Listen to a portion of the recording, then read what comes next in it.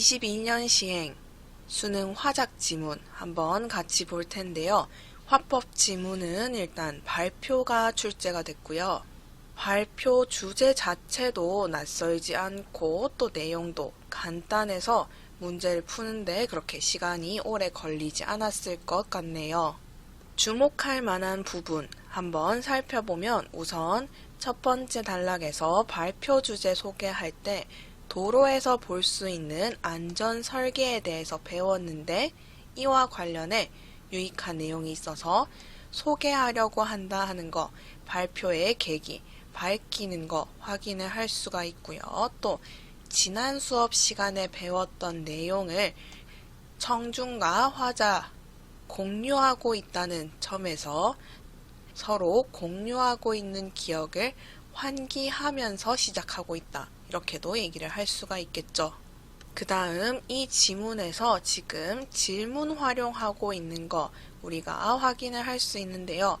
첫 번째 질문은 청중들이 경험했을 법한 상황에 대해서 먼저 질문을 한 다음 그 현상이 왜 발생하는지 이유를 설명하면서 첫 번째 도로에서 볼 수 있는 안전 설계에 대해서 설명하기 위해서 활용한 질문이다 하는 거 알 수가 있고요. 도로에 시공된 홈이 가로홈과 세로홈이 있는데 각각 이러한 역할을 한다 하는 것을 자료와 함께 간단히 설명한 다음 가로홈을 활용한 멜로디 이야기로 이어지고 있습니다.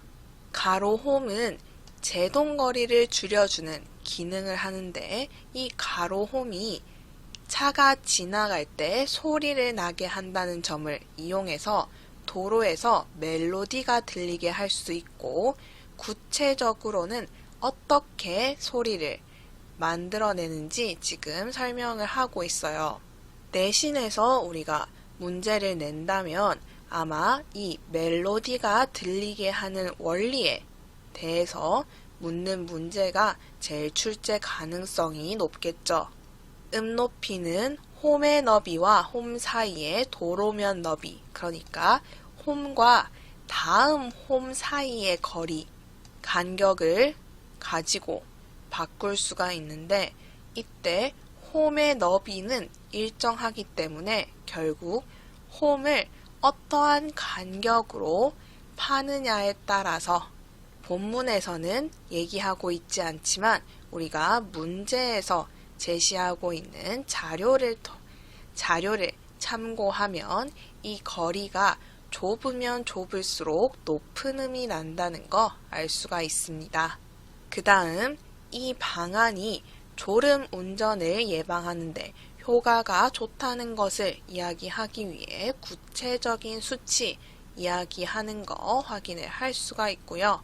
그 외에도 안전설계, 터널에 조명등이 설치된 간격도 해당을 한다. 그리고 이러한 것들이 있다 하는 거 총 4가지 확인을 할 수가 있습니다. 내용 어렵지 않죠? 발표는 청중에게 무심코 지나쳤던 도로에서의 안전을 위한 장치들을 찾아보길 바라며 발표를 마치겠습니다. 이렇게 마무리되고 있습니다. 변형 문제는 1번 한번 보도록 할게요. 위 발표자의 말하기 방식으로 적절하지 않은 것은 되어 있고요. 1번 발표의 중심 화제와 관련이 있는 청중의 경험을 환기하고 있다 되어 있는데 여기 첫 번째 질문을 통해서 환기하고 있는 것 확인을 쉽게 할 수가 있습니다. 차 안에서 특정 구간을 지날 때 드르륵 하는 소리가 들리며 차가 진동하는 건 바로 도로에 시공된 홈 때문이고 이 홈이 다시 도로에서 볼 수 있는 안전 설계에 해당을 했죠. 그래서 1번은 적절하다. 그 다음 2번 활용한 자료의 출처를 밝혀 발표 내용의 신뢰성을 높이고 있다 되어 있는데 우리가 발표 내용 보았을 때 자료의 출처를 제시하는 부분을 확인할 수 없기 때문에 2번이 적절하지 않다. 그 다음 3번 질문을 통해 청중이 내용을 잘 이해했는지 확인하고 있다 되어 있는데 마지막 단락에서 확인할 수 있습니다. 이 질문을 통해서 내용 이해, 점검을 하고 있었죠. 그래서 3번 적절하고 4번 본격적으로 발표를 시작하기 전 발표 계기를 밝히고 있다 되어 있는데 우리 이 부분에서 확인을 할 수 있습니다. 지난 시간 배운 내용과 관련해서 유익한 내용을 소개하기 위해서 발표하고자 한다 하고 있죠. 4번도 적절하고요. 5번 준비한 자료를 활용하여 설명하는 내용을 시각적으로 제시하고 있다 되어 있는데 우리 이 자료들 그리고 이 자료에 이어지는 설명들을 통해서 설명을 말로만 하는 게 아니고 시각적인 자료를 통해서 같이 보여주면서 하고 있구나 하는 거 이해를 할 수가 있습니다. 그래서 5번까지도 적절하다. 1번의 정답은 2번이 되겠네요. 그리고 화작 문제 볼 텐데요. 화작 문제는 내용을 비교하는 유형의 문제가 나와서 읽으면서 좀 확인을 할 필요가 있었고요. 문제 자체는 어렵지 않았는데 아무래도 세부적으로 내가 문제 풀면서 내용 확인을 해야 하는 부분이 많아서 시간은 조금 걸렸을 것 같습니다. 가 지문부터 한번 볼 텐데요. 가 지문은 지금 행사에 참여한 소감을 쓴 글이고요.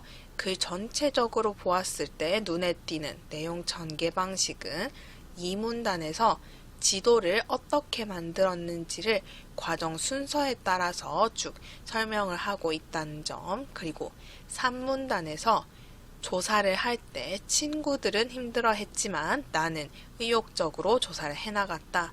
태도를 대조해서 제시하는 것, 그리고 마지막 단락에서 소감 이야기 할 때 또 자주 묻는 내용인데요. 어떠한 점들을 언급하고 있는지 반성한 점, 느낀 점 이야기하고 더 나아가서 다른 학교에서도 이 행사를 개최하면 자연의 소중함을 느낄 수 있을 것 같았다 이야기하면서 기대 효과 밝히는 부분 이렇게 언급을 했더라 하는 거.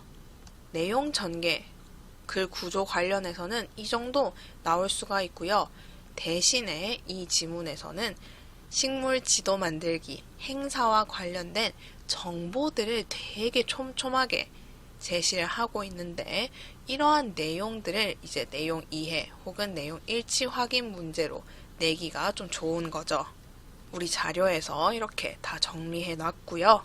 나로 한번 넘어가서 나 역시도 가와 마찬가지로 우선 학생들이 어떻게 지도를 만들기로 했는지 논의한 내용 파악하는 거 중요하고요. 그 다음 화법 파트이니만큼 지도 만드는 방법에 대한 의견 조율 어떻게 하고 있는지 말하기 전략 묻는 문제가 출제될 수 있겠죠. 회의의 흐름은 전체적으로 지금 여기 장소를 정해보자 이야기하는 부분, 그리고 어떤 식물을 표시할지 얘기해보자. 그 다음 식물을 어떻게 표현할지 얘기해보자. 이렇게 논의의 방향을 제시하는 논의할 내용을 언급하는 문장을 기준으로 나눌 수가 있고요. 기본적으로 이렇게 질문의 형식 활용해서 의견을 제시한다거나 혹은 구체적인 이유를 들어서 자신의 의견 제시하고 다른 사람이 제안한 방안이나 생각의 문제점 지적하는 거 이런 것들을 확인을 할 수가 있습니다. 나 지문에서 좀 특징이 될 법한 부분은 여기 어떤 식물을 지도에 표시할지 얘기해보는 부분에서 몇몇 식물을 표시하되 이름과 함께 식물이 어떤 효용이 있는지 제시했으면 한다 하는 학생 3의 말과 관련된 부분이 좀 특색이 있죠. 지금 학생 3이 처음에는 식물의 효용이라는 말을 사용했어요.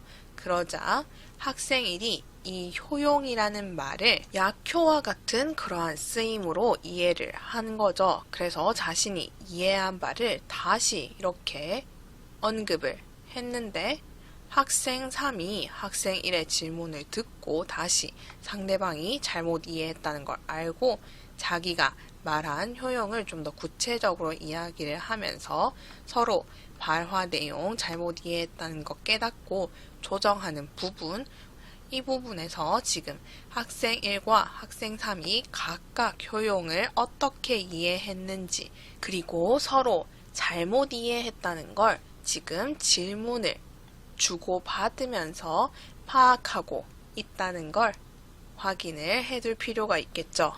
그 외에는 내용, 우리 교재에 잘 정리되어 있기 때문에 내용 확인하면서 문제 풀면 될 것 같고요.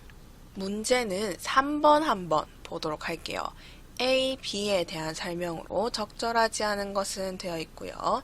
1번 A에서 학생 2는 장소 선정과 관련하여 자신이 중요하게 생각하는 점이 무엇인지 밝히고 있다 되어 있는데, 여기 A 부분을 보면 학생 2가 학생들에게 친숙한 장소가 더 좋을 듯해 이야기하는 거, 장소에 대한 자신의 견해 밝히는 거 확인할 수 있고요. 그 이유로 우리 학교 학생들이 볼 지도인이 이렇게 이야기하는 거 확인할 수 있습니다. 그러면 학생 2는 장소 선정과 관련하여 지도를 볼 대상인 학생들, 그리고 학생들과의 친숙도를 고려했다는 거 알 수가 있는 거죠. 1번 적절하다. 그 다음 2번 A에서 학생 3은 앞서 상대방이 제시한 의견에 대해 적극적으로 동의를 표하고 있다 되어 있는데, A에서 학생 2가 학생들에게 친숙한 장소가 더 좋을 듯해 이렇게 이야기를 하니까 학생 3이 듣고 보니 일리가 있네 이렇게 얘기하면서 동의하는 거 확인을 할 수가 있어요. 그래서 2번은 적절하다. 3번 B의 첫 번째 발화에서 학생 1은 논의할 내용을 제안하고 있다 되어 있는데, 앞서 지도에 어떤 식물들을 표시할지 이야기를 마치고 이제 학생 1이 지도에 식물들을 어떻게 표현할지 이야기해보자 이야기하는 거 확인을 할 수가 있습니다. 대화의 화제에 바꾸고 있죠. 그렇기 때문에 3번 적절하다. 그리고 4번 B의 두 번째 발화에서 학생 2는 상대방이 제시한 의견에 문제점을 지적하고 있다 되어 있는데, 두 번째 발화를 보면 지금 땡땡 고등학교가 이어붙이는 방식으로 지도를 만든 건 참신하긴 하지만 통일감이 없어 부자연스러울 듯해 하면서 문제점, 단점 지적하는 거 확인을 할 수가 있어요. 그런데 우리 여기 앞선 내용 확인을 해보면 다른 학생이 우리도 이 고등학교처럼 이어붙이는 방식으로 만들자 제안하는 걸 확인을 할 수 없습니다. 그래서 문제점을 지적하고 있긴 하지만 상대방이 제시한 의견에 문제점을 지적하고 있는 건 아닌 거죠. 4번이 적절하지 않다. 정답이 되겠고요. 5번 B의 발화에서 학생 3은 조사 장소의 특성을 고려해 의견을 제시하고 있다 되어 있는데, 학생 3이 이렇게 이야기하고 있죠.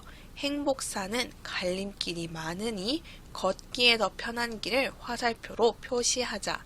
그러면 행복산이 갈림길이 많다는 특성을 고려해서 제안을 하고 있다 볼 수 있습니다. 그래서 5번까지도 적절하다. 3번의 정답 4번이 되겠네요. 그 다음 장문으로 넘어와서 장문은 커피박 문제와 관련해서 관심을 촉구하는 논설문에 해당한다고 볼 수가 있겠죠.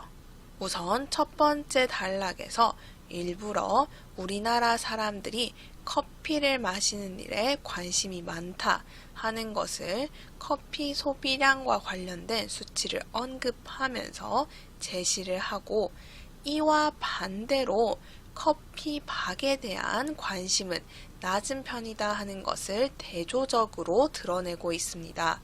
또한 이 커피박 중심 화제가 되는 대상이 무엇을 의미하는지 이렇게 의미, 정의 통해서 밝히고 있는 것도 확인을 할 수가 있고요. 그 다음 커피박에 대한 관심이 낮은 것이 왜 문제가 되는지 커피박과 관련이 있는 문제들을 지금 차례를 나타내는 표현 활용하여서 각 문단마다 하나씩 총 3개 제시를 하고 있고요. 각 문단은 또 다시 문제점 먼저 제시를 하고 부연 설명을 덧붙이는 그런 2과의식으로 구성되어 있는 것도 확인을 할 수 있습니다. 그리고 각 문제점과 관련해서는 지금 부연 설명 조금씩 다르게 하고 있는데요. 첫 번째, 커피박을 잘못 처리하고 있는 사람이 많다는 문제와 관련해서는 이 커피박을 잘못 처리하는 방식, 어떤 것들이 있는지 구체적으로 예시를 들고 있는 것 확인할 수 있고요.